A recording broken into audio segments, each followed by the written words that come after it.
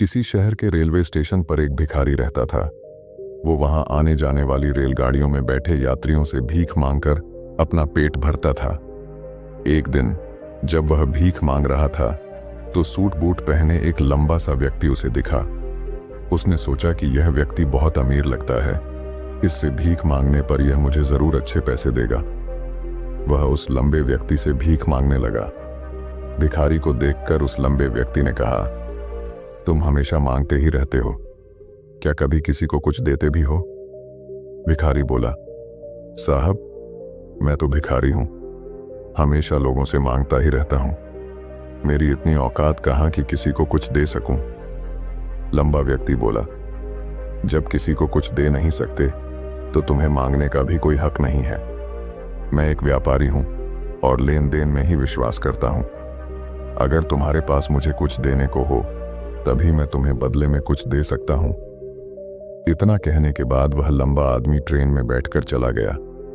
इधर भिखारी उसकी कही गई बात के बारे में सोचने लगा। उस लंबे व्यक्ति के द्वारा कही गई बात उस भिखारी के दिल में उतर गई। वह सोचने लगा कि शायद मुझे भीख में अधिक पैसा इसीलिए नहीं मिलता क्योंकि मैं उसके बदले में किसी को कुछ दे नहीं पाता हूं। लेकिन मैं तो भिखारी हूं, किसी को कुछ देने लायक भी नहीं हूं। लेकिन कब तक मैं लोगों को बिना कुछ दिए केवल मांगता ही रहूंगा? बहुत सोचने के बाद उस भिखारी ने निर्णय किया कि जो भी व्यक्ति उसे भीख देगा उसके बदले में वह भी उस व्यक्ति को कुछ जरूर देगा।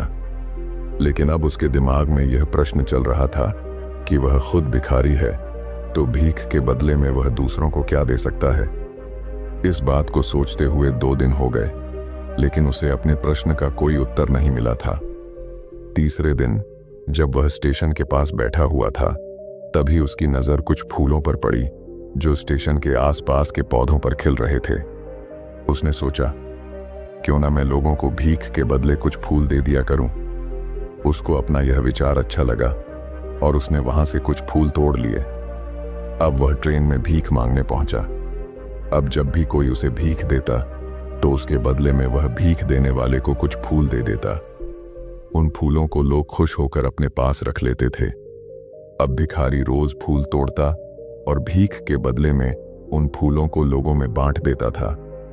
कुछ ही दिनों में उसने महसूस किया कि अब उसे बहुत अधिक लोग भीख देने लगे हैं। वह स्टेशन के पास के सभी फूलों को तोड़ लाता था।